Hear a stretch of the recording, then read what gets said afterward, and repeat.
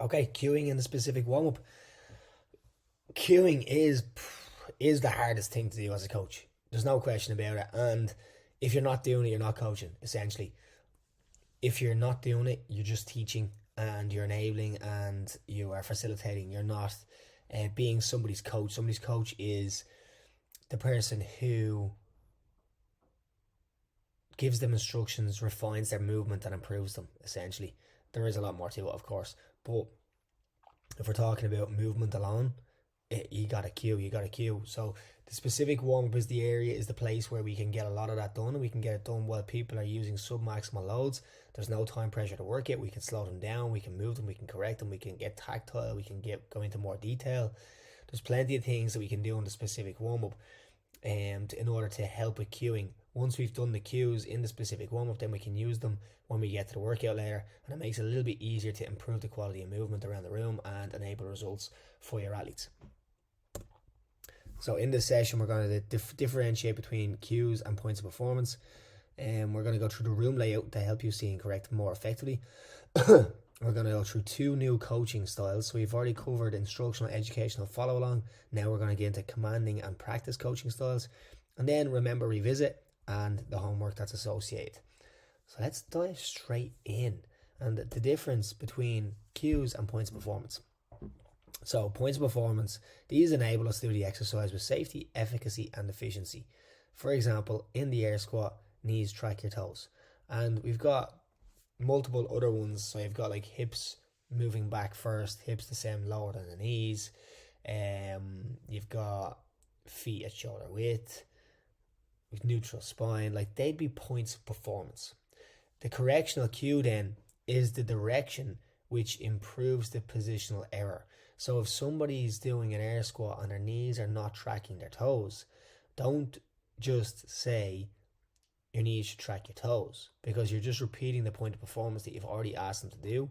And if they're not doing it already, they either don't understand you, or they're trying, or they just don't get it.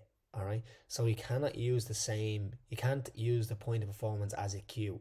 A cue is a direction which improves position area. Like we've talked about it, body part and action. So knees out more. The knees is the body part, out more is the action. So that's telling the athlete what they need to do, what they need to change in order to improve the error that they have. So we got to be very, very clear that when we're doing points of performance, these are the points that are going to allow us to do the movement efficiently, safely, and get us better results. And then when we go to use cues, they are different than points of performance, and they improve the error. Okay, so that can be quite confusing for people. Take a bit of time to think about that. Think about some points of performance that you've used in your class, and then the cue associated is to improve that position with a body part and an action. In your class planning document, when you write down your layering of your focus points and you've given your points of performance, the correctional cue then is a body part and an action, which improves the positional error. So I hope that clears it up a little bit for you and makes it a little bit easier to differentiate between points of performance and cues. We're going to move on now to cueing in the specific warm-up, the room layout. So the room layout is so important when you're seeing and correcting in the specific warm-up. You need to control where everybody goes at every moment in your class. There's nothing worse. Like, obviously, I spend a lot of time on Instagram and I scroll through videos from gyms and boxes and everything like that, and you see the wide pan shots of classes going on. Oh man, it kills me when I see people just all over the place. Like, it's not OCD to get people in straight lines. It's important for your quality of coaching to get people in straight lines. And I've been doing it for years, and everyone thinks, oh, here we go again with your straight lines and you're this and you're that. And I'm like, yeah, okay, cool, slag me. They don't understand that I'm doing this so that I can see everybody better. And I'm going to explain that now in a few seconds.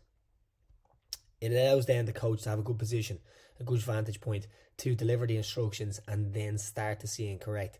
You should be able to see multiple people at once, not just one person. So if you position yourself somewhere in the room with everybody behind you and you can only see one person, you've missed the point. So we're trying to make sure we can see multiple people at once all the time. Be heard and be seen. So you always want to be in front of people or in people's eye line. Obviously there's times when that's not possible, but that's for the majority of time. We want to avoid the middle of the room. Never, ever, ever, ever walk through the middle of the room unless you are moving directly from the front to somebody. All right, if you're moving, you see somebody doing something and you want to make a beeline straight for them, that's different. All right, but get to everybody at least once as well. All right, so I'm going to go through a layout now and just explain these 5 things as well. Okay, so let me put it up. Okay, here it is, right? So this is a room layout for 10 people. And this is probably the best way to lay them out now. These could be barbells, they could be dumbbells, they could be just body weight movements, they can be med ball movements, they can be pretty much anything, kettlebells, right? But the point here is that you're organizing them in straight lines, and the straight lines makes it easier for you to cue. So let's have a look at first thing, the coach position. If I'm here, I can do all my teaching from the front and everybody can see me, and I can be here, but it's probably not the best. Like naturally here is definitely the best position to do your coaching from, and then you should be able to see multiple people at once. So in this position I can definitely see multiple people at once, right? If I'm here, I can look in this direction and I can see maybe two people at once here. I'm not going to be able to see this person, and I'm definitely not going to see the people behind me. Okay, so like I said here, you want to avoid the middle of the room as much as possible, because we're always going to have our back to people then in this case. All right, so what we want to do is we want to work the perimeters of the room, and that allows us to see multiple people at once. So we should always be working the channels. All right, so down the outside, never ever go into the middle. I would coach the majority of my class. I'd teach the instruction here, I'd move to here so I can see literally everybody as they're moving. If I was doing a practice style session, I'll get them to see here. We'll talk about that in a few minutes. But if I'm doing a commanding style session, I'm working up and down, and I'm going around and going up and down, and I never ever go near the middle of the room. I'm always on the outside. All right, so see multiple people at once. Be heard and be seen. If you're out on the outside, people can always just look at you here, and you can kind of be seen all the time, no matter where you are. If you're through here, these people can't see me anymore unless they turn around. Okay, so it's always be heard and be seen. We talked about avoiding the middle and get everybody at least once. As you move around the room, you want to cue everybody, and if you're in these positions, you can definitely cue everybody as often as possible. All right, so that's the room layout. I'm going to come back to it in a few minutes, but I'm going to go through the commanding style first. Okay, so I'm just going to run through these relatively quickly, and then I'll go through them in more detail with that layout drawing, so that we can have a little bit more, we can build a better picture in our heads, and we can start to practice it in that style. So with the commanding coaching style, you have to be a drill sergeant. Like, you got to command the room, you got to tell them what to do, you got to tell them when to stop, you got to move them where you want to move them, and you're the boss, you are in charge. Be a drill sergeant. All right, I'll explain that in a second.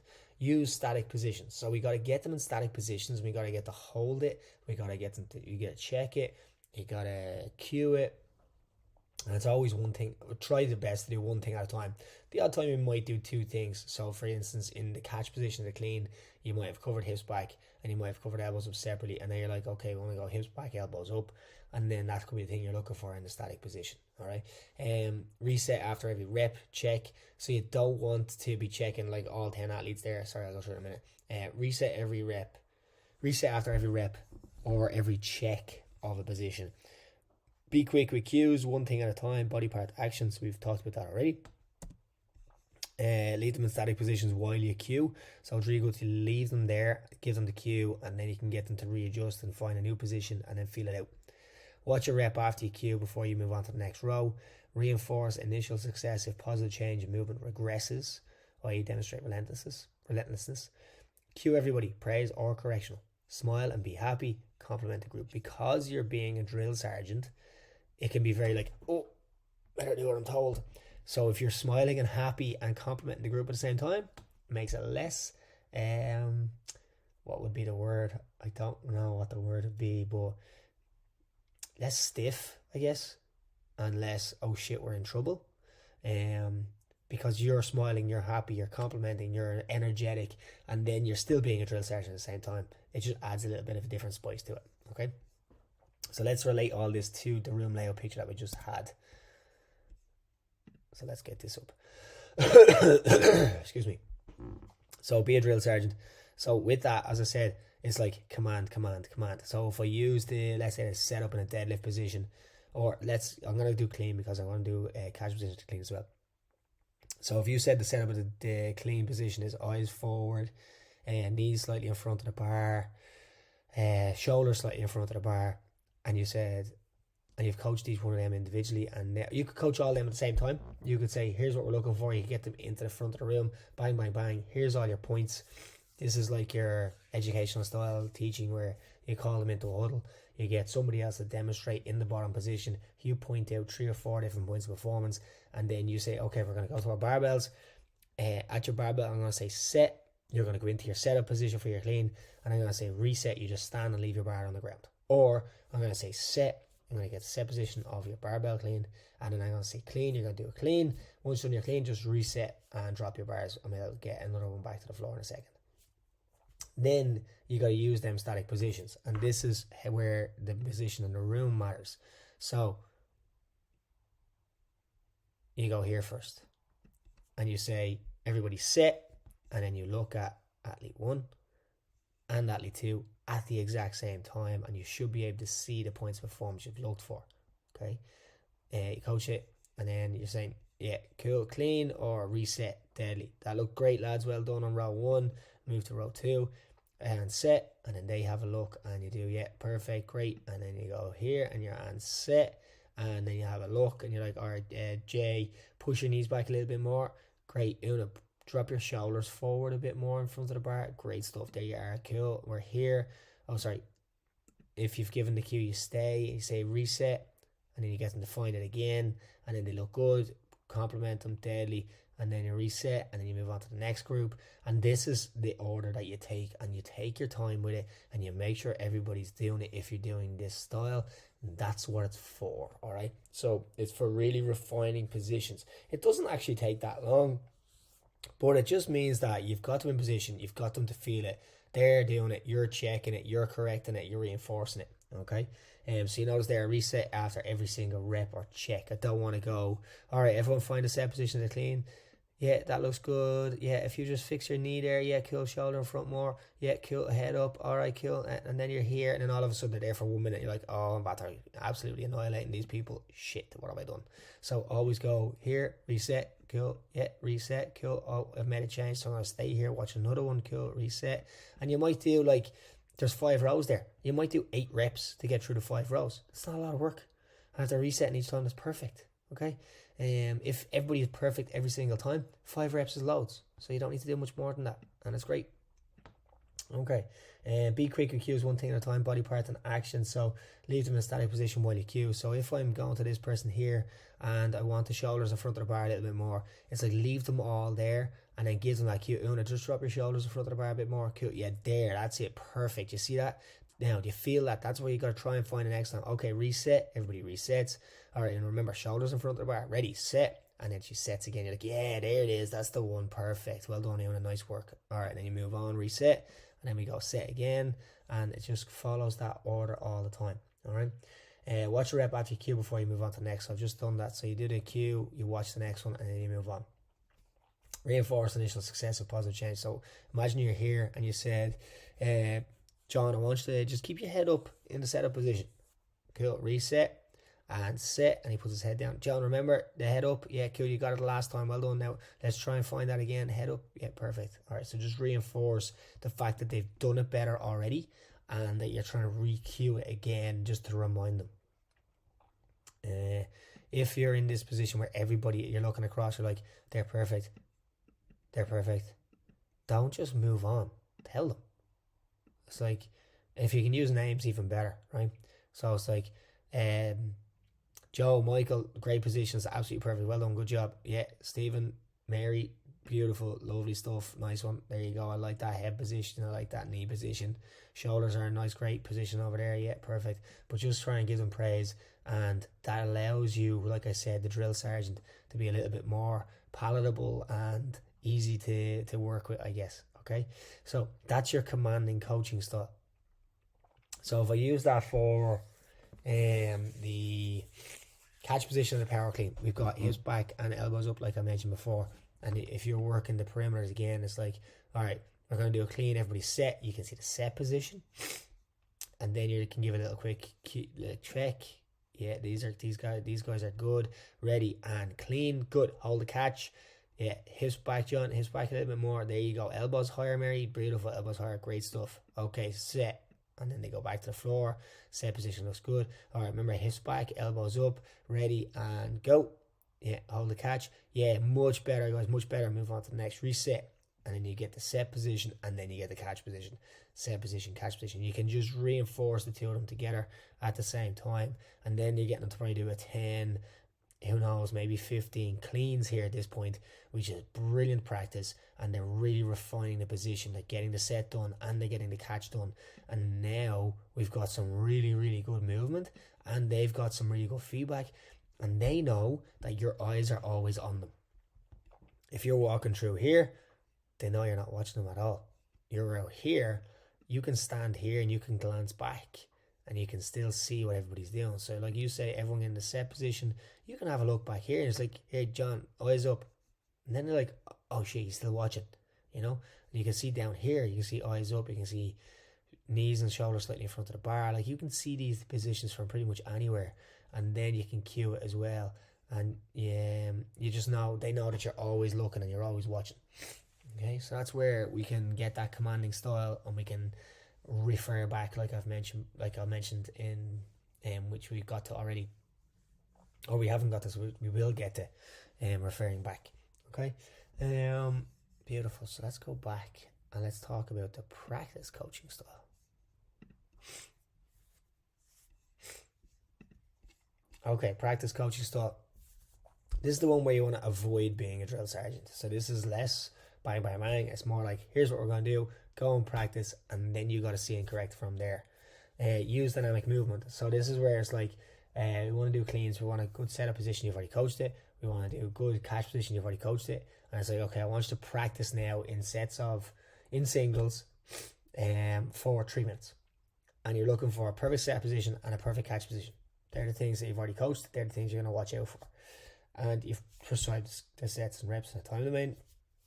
You gotta be quick, one thing at a time, body part in action, same as we always do. And then don't get stuck with one athlete. If you get stuck with one athlete, you might only cue one person the whole 3 minutes. So you gotta try and be really quick as best as possible. If you do get stuck with one athlete, tell them well done and keep practicing, and you'll be back. Apologize to the group. So you get stuck into one athlete and you're like, oh shit, I haven't really spoken to anybody else. Say, here, come here, you're doing great. That position's much improved. Keep practicing with it, and I'm going to come back to you before the workout starts. And remember that you said that. And then when you're getting people to, say it's power clean day, I'm using power clean as an example today. If you said, right, okay, that's perfect, everyone's moving great, you've got 4 minutes to load to your workout weight now. That's when you go back to that person. Like, don't get them to go get weights. Give them the cues and then let them go and get their weight. Spend a bit of time with them. You can scan the room from a distance. You can verbally cue any faults. If that doesn't work, you can then try visual from a distance. And if that doesn't work, you get closer for visual or tactile. Compliment the group. Let them know you've checked them all. And then don't stand over them and watch multiple cues. Allow them time to figure it out and practice. Praise any improvement. So it's a real practice session where you don't want to be like, with the commanding style, it's very different, isn't it? It's like, yeah, fix that knee, fix that finger. Like really, really specific, really actionable, really like not letting them do anything out of the point of performance that you're asking for. With this, it's like allow them some error, give them a direction, and then let them have time to practice it to see if they can improve themselves. A bit of autonomy, a bit of self-correction is always good as well. And varying these coaching styles makes it more interesting and allows them to understand that, okay, well, he's been more practicing today, and the next day is going to be a bit more commanding, and they're a bit more receptive to all these different styles as well. So let's have a look at the room layout and link all this in. Oh, oopsie, my bad.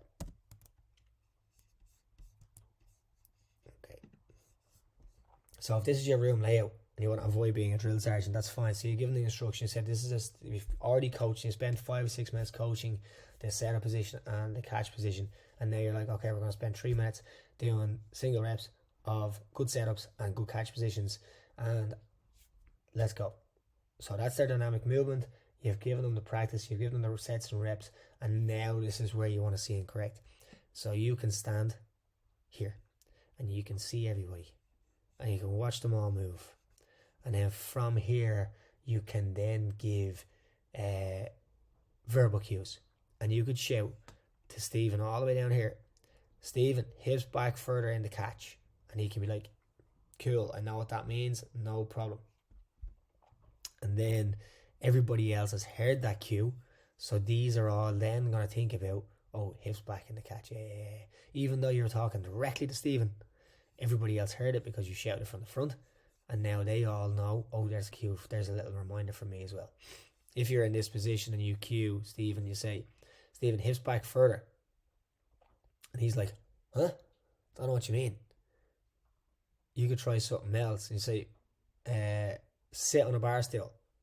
And he's like, sit on a bar stool. Okay. Yeah. Okay, cool. I got that. Yeah, deadly. And then that might work for somebody else. Or you could just go, here, remember we talked about hips back in the catch looks like, or sorry, we want to go, visual, looks like this, remember? Sitting back, yeah, cool, deadly, yeah, try that. You could also do that from here. Remember, sitting hips back in the catch, so just sit down like this, remember, hips back a little bit further, you're just a little bit forward here, try and push your hips back a little bit more, cool, yeah, everyone sees it, deadly, or I can get in nice and close here. If he still doesn't understand it, I can come in nice and close, and I can give him a tactile cue, and it's like, if I have a pipe, I can say touch the pipe with your bum, and you can find the pipe there in that catch position, sitting your bum back nice. Alright, great. You can even get a little bit hands on a static position, say here, this is where I want you to catch, feel that, deadly, this is where it is, alright, just try clean, cool, oh there, that's good, nice, yeah, okay, brilliant, and you can go back out, and you can come over here this side. So, let me see if I forgot on regrets. Don't get stuck with one athlete. Yes, so see the way I went in there, and I given Stephen a tactile cue. I want to be as quick as I can with that. I don't want to be stuck in here for the full 3 minutes. I want to be like, okay, deadly, great, yeah, nice work, beautiful. Here's the cue. Stick your hips back a little bit more. Sit on the bar still. Remember, hips back looks like this. Great. Here's the tactile cue. Get out of there. Get out. If he's not getting it, you say that's much better, much improved. But we could still do a little bit better on it. I'm gonna let you practice for a while, and I'm gonna come back to it, and then get back out and have a look at everybody else. Scanning the room from a distance, so we got to talk about that. Verbally, 1 cue at a time. Oh, verbally cue false if it doesn't work. Try visual from a distance, and then if that doesn't work, get closer for tactile. Sorry, I'm just reading off something here. You can probably see that. Compliment the group. Let them know you've checked them. So you could be standing here, right? And everybody's moving and everybody's practicing, and nobody has any faults, or maybe just Josephine down here has a fault, and you've already looked at all these people. They don't know you've looked at them unless you say it. So let them know that they're doing a good work. So if you've seen someone there, yeah, nice catch position, love the hips back there. Yeah, well done, Mary, love the elbow position. Oh, great setup, John, shoulders great, eyes forward, beautiful, love that. And it's just reinforce the points of performance as you're checking them. Like, you know that if you don't look at it, you don't see it. And if you've already coached it, that's what you're looking for. So now that you've said, these are the things that I want, when they're doing this, they're the things you're looking for. And it's literally just look at the person's like setup position. Feet, knees, shoulders, eyes, perfect. That's what I look for. Deadly. Catch position. Hips back, elbows up. Perfect. Great. Everything looks great there. Well done, John. Or you can get specific with it and say, as they're in the setup position and you liked it all, it's like, yeah, love that knee, shoulder, head position. All looks great. Well done. It's like, give them that specific cue, or specific praise. Let them know that you watch them. Don't just stand here and not watch, because then they're like, what's the coach doing? Is coach even here to coach? You know? And then if you give somebody a correction, don't stand over them for multiple reps. So I've already talked about that down here with Stephen. It's like, give them a cue. If it's not working, just let them practice. Like, let them practice. You give them 3 minutes. It doesn't need to be absolutely perfect when you give them that cue. It's like, yeah, that's much better. Keep working on it, and then check back in with you again later. Get out. Get back out here and start watching again. Alright. You could also be down here. You can still see some of the catch positions from here, and obviously working the outsides as much as possible while avoiding the middle of the room, unless you're going, I need to cue this person back out. Okay, fantastic. Okay, now before I move on to the last piece, there's different room layouts. So this is one for like 10 people, right? I think this is probably the best if you've got this sort of space. If you've got a square or a rectangle room like this, you should always try and get them in groups of 2. I would say maximum groups of 3. Groups of 4, as in like if I had 4 people going across the front here, it might be too much to see all at once. 4 people's a lot. 2 or 3 is always optimal, and then we don't want to go too many rows deep, because then it just takes us loads and loads of cues, right? So I've got a few of the room layouts here. You see, wouldn't recommend this for 12 people, right? So if I'm coaching from here and I work the perimeter of the room, I'm going to be here and you see 1, 2, 3, 4 people. So I'm probably going to be here for a few reps. I'm not going to get them all in one go. So I'm better off having them spread out in a different way. So if I have this room layout, you know what? Turn the barbells, coach from here. Coach from here and turn the barbells. You don't have to coach in the same position every single day. You're the boss. You tell them where to go, and then you pick the layout that suits best so that you can see and correct. So get them to turn their bars and then coach from this angle up here. Okay. Then we have, here it is. So this is like 14 people, and you could use this for 12 if you just ignore the bottom 2 bars. If I take these 2 bars out, you've got 12 people there, right? And what you can do is, because you could be maxed out for space, and if I had these in a line, you see how close they are? It's too tight, right? So I want to just stagger them a little bit, and I've got them here like this. Now I can be here, and I can potentially cue 1, 2, and 3 all at the same time. And then I've got 4, 5, 6, 7, 8, 9, 10, 11, 12, and I've got 4 rows to cue essentially, if I position myself right and they're working in the right positions and they're in the right order, as opposed to the previous version where you had 4 across the front and 3 rows. That just wouldn't work. So this is like an optimal layout for 10 or more if you've got confined space. Okay. This one is this. I prefer going in 3 rows rather than, like, for 9 people. I'd rather go in 3 rows of 3 rather than 4 rows of 2 and 1 person sticking out the bottom. Same goes for if I've 12. I'd rather go in 4 rows of 3. So I've got 3 in a row here. I'd like to go another row at the bottom under that to get 12. So 3s is good if you've got the space. If you don't have the space, stick with 2s. If you're kind of squishing them into the middle, that's fine, like the previous one. So this is what I'd like to try and do as best as possible. And I can work the perimeters, I can get more people, and I can get more work done because it doesn't take me as long to see and correct. They might do less reps at each one, but I can be a little bit quicker and cover more points. Alright. Wouldn't recommend that one. Optimal layout for 5x2. Yeah, okay, perfect. So they're the different layouts that we can use. But you're in control. Make sure you put your people where you want them. Okay? Always put your people where you want them. Obviously, if you're doing like air squats, right? And you're here and you're doing air squats, you could have them. Oh god, I might get balls of this, haven't I? But you could have a big circle, right?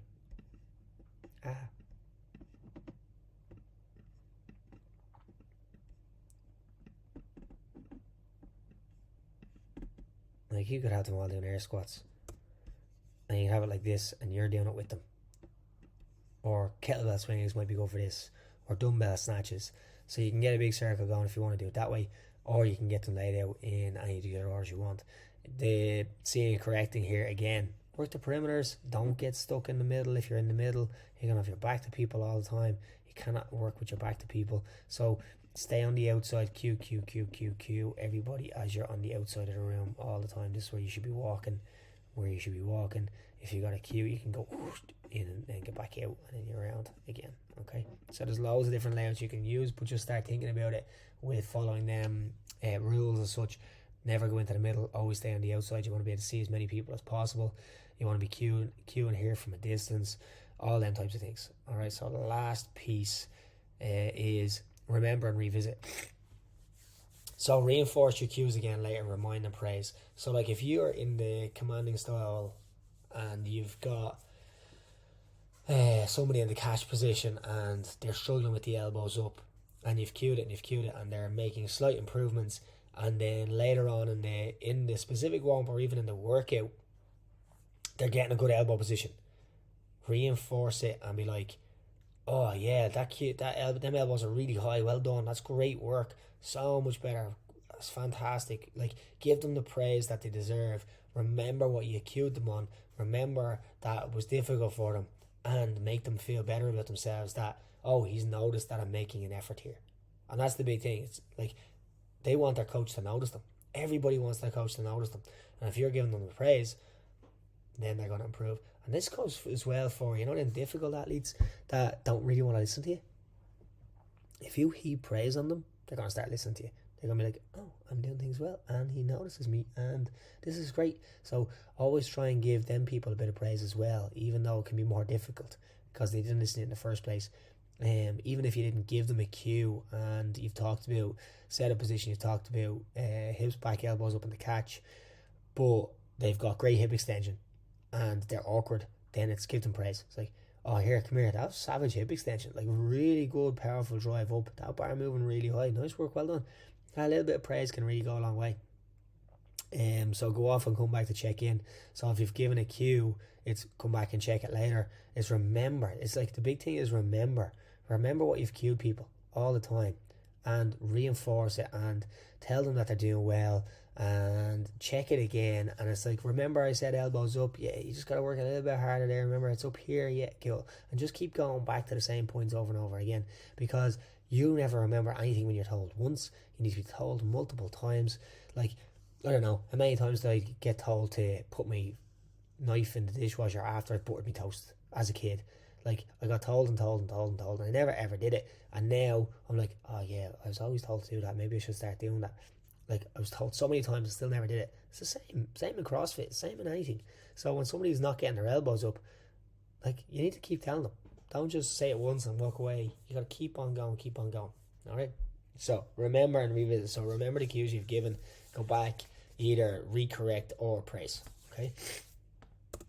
Last piece, the homework. Answer the following question in the comment section of this video on the Facebook group. What stood out most for you in this section? So we were talking about cueing in the specific warm-up. What stood out for you most? Your homework then, next point is, I want you to draw the room layout for your next class, post it on Instagram, and tag me at Coach the Coach. So draw it on a piece of paper, whether you've got barbells, dumbbells, kettlebells, the rig, whatever it might be. Like if you're coaching at the rig, you can do a lot of that on the floor first in this commanding or practice style, and then get them to move to the rig in a few minutes. And you've probably done that before. So draw your room layout for any part of your class and post it on Instagram and tag me on it. I want to see it on the gram. Then I want you to coach a class using both coaching styles, commanding and practice. So we've been through these two styles. You can use both of them in the same class, but it depends how much time you have and what you're coaching. So you might need to use two separate classes for this, but coach a class using both coaching styles. All right, so you need to get the practice in. You need to start thinking about it, and you need to start using it. I also want to record a short video of each one and post it to your drive for feedback. So you're going to plan a class with commanding style. When you're going to deliver it, you're going to record a piece of it and you're going to stick it in the drive, and you're going to tell me it's there so I can then go and give you feedback. You're then going to do a practice style coaching session. You're going to plan it, you're going to execute it, you're going to record it, and you're going to post it on the drive.